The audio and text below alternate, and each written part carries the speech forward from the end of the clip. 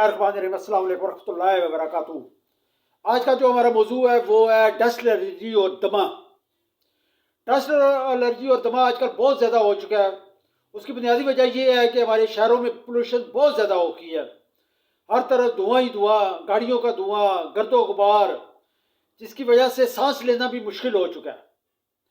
یہ دھواں، یہ پولوشن جب ہمارے اندر جاتی ہے، ہمارے ناک کے ذریعے جاتی ہے، تو پورے ناک کو بھی متاثر کرتی ہے، ناک کی جھلیوں میں بھی انفیکشن ہو جاتی ہے، سانس کی نالیوں میں بھی، اور ہمارے پھیپھڑوں میں بھی۔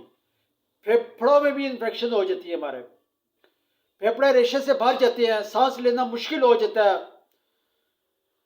اور اس سے اور کئی بیماریاں ہو جاتی ہیں۔ تو یہ جو ڈسٹ الرجی اور دمہ ہے، میں آپ کو چند ایسے طریقے آج بتاؤں گا جن پہ آپ عمل کرتے ہوئے اس بیماری سے انشاءاللہ تعالی بغیر کسی میڈیسن کے آپ ٹھیک ہو جائیں گے۔ کوئی میڈیسن نہیں لینی پڑے گی۔ جیسے لوگ پف لیتے ہیں، نیبولائزر لیتے ہیں، اینٹی بائیوٹک لیتے ہیں، جس کی وجہ سے پھیپھڑے بھی متاثر، گردے بھی متاثر، معدہ بھی متاثر، جگر بھی متاثر، غرض ہے کہ آپ کا پورا جسم جو ہے وہ متاثر ہو جاتا ہے ان دوائیوں کی وجہ سے، اور فرق پھر بھی نہیں پڑتا۔ سب سے پہلے جو چیز آپ نے کرنی ہے وہ یہ کرنا ہے کہ آپ نے ماسک کا استعمال کرنا ہے۔ جب بھی آپ گھر سے نکلیں آپ ماسک پہنیں۔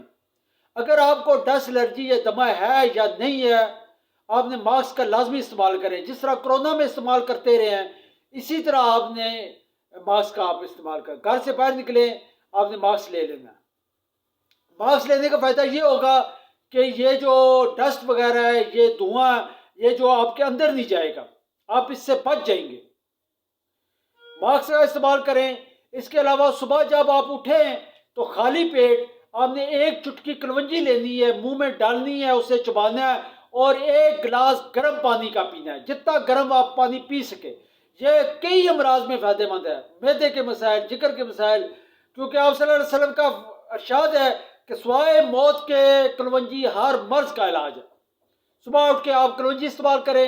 اس کے علاوہ آپ تیز قدموں کے ساتھ واک کریں، کسی کھلی جگہ پہ جائیں جہاں درخت بہت زیادہ ہو، آکسیجن ہو۔ آکسیجن آپ کے لیے بہت فائدہ مند چیز ہے۔ لمبے لمبے سانس لیں آپ، اس سے آپ کے پھیپھڑے کھلیں گے، اور جو پھیپھڑوں میں ریشہ وغیرہ ہے وہ صاف ہوگا، اور جو آپ کی سانس کی نالیوں میں ریشہ جمع ہوا ہے وہ بھی انشاءاللہ تعالی نکل آئے گا۔ یہ آپ نے واک کرنی ہے۔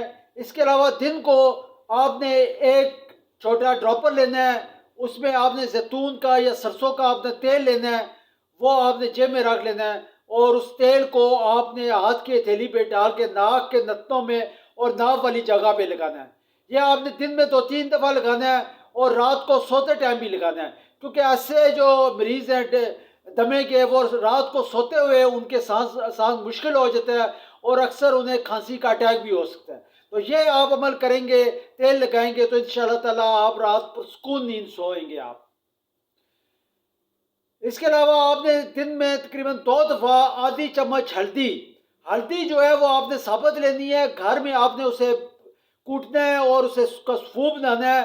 وہ آدھی چمچ آپ نے دودھ کے ساتھ لینی ہے 2 ٹائم، ایک ٹائم ناشتے میں لے لیں، ایک ٹائم آپ شام کو لے لیں۔ اس سے آپ کے جو پھیپھڑوں میں انفیکشن ہے، سانس کی نالیوں کی انفیکشن، وہ بغیر کسی اینٹی بائیوٹک کے انشاءاللہ تعالیٰ ٹھیک ہو جائے گی۔ اس کے علاوہ آپ رات کو سوتے ٹائم آپ نے ایک اور عمل بھی کرنا ہے۔ آپ نے پانی کو گرم کرنا ہے، اس میں نمک ڈالنا ہے، اور اسے نیم گرم کر کے اسے ناک میں آپ نے ڈالنا ہے پانی کو۔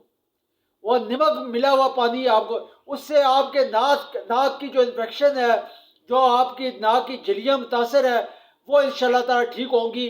اس کے علاوہ جب آپ ناک میں ڈالیں تو اس سے سانس بھی لیں، یہ پوری آپ کے اندر تک سانس کی نالیوں تک جائے گی، اور سانس کی نالیوں میں جو ریشہ جمع ہوا ہے وہ بھی انشاءاللہ تعالیٰ آپ کا نکل جائے گا۔ یہ جو 3 4 5 6 عمل میں نے آپ کو بتائے ہیں، ان پہ آپ عمل کریں گے، انشاءاللہ آپ کسی قسم کی آپ کو میڈیسن کی ضرورت نہیں پیش آئے گی، نہ کسی پف کی، نہ نیبولائزر کی، نہ اینٹی بائیوٹک کی۔ آپ انشاءاللہ تعالیٰ بغیر کسی میڈیسن کے آپ صحت یاب ہو جائیں گے۔ انشاءاللہ ان باتوں پہ عمل کریں، اور دمے اور الرجی سے جان چھڑائیں۔ السلام علیکم۔